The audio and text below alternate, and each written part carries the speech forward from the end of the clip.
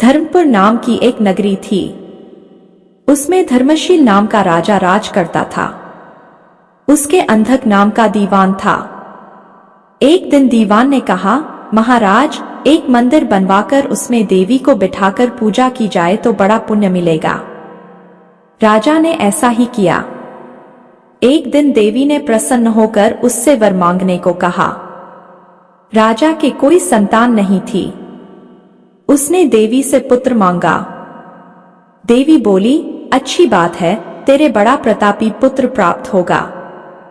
कुछ दिन बाद राजा के एक लड़का हुआ। सारे नगर में बड़ी खुशी मनाई गई। एक दिन एक धोबी अपने मित्र के साथ उस नगर में आया।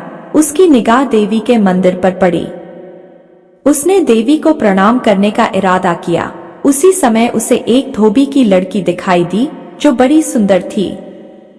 उसे देखकर वह इतना पागल हो गया कि उसने मंदिर में जाकर देवी से प्रार्थना की, हे देवी, यह लड़की मुझे मिल जाए।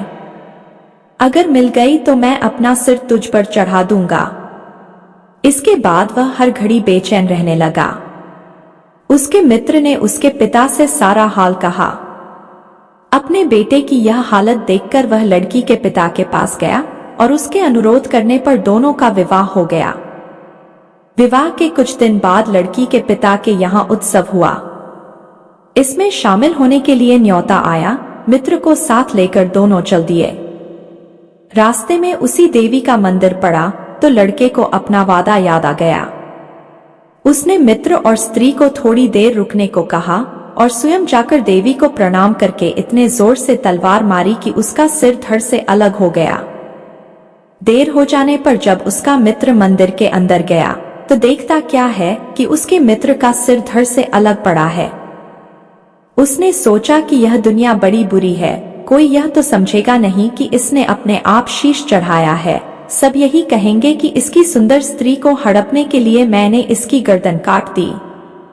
इससे कहीं मर जाना अच्छा है। यह सोच उसने तलवार लेकर अपनी गर्दन उड़ा दी।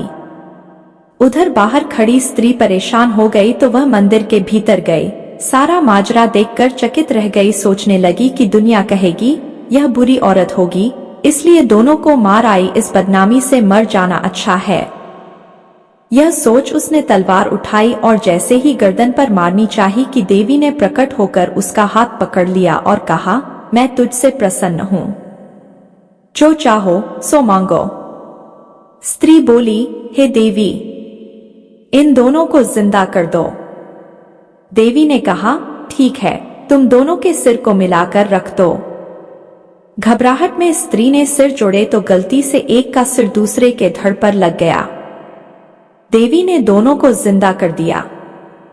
अब वे दोनों आपस में लड़ने झगड़ने लगे। एक कहता था कि यह स्त्री मेरी है, दूसरा कहता मेरी। इतना कह बेताल बोला, हे राजन, बताओ कि यह स्त्री किसकी हो।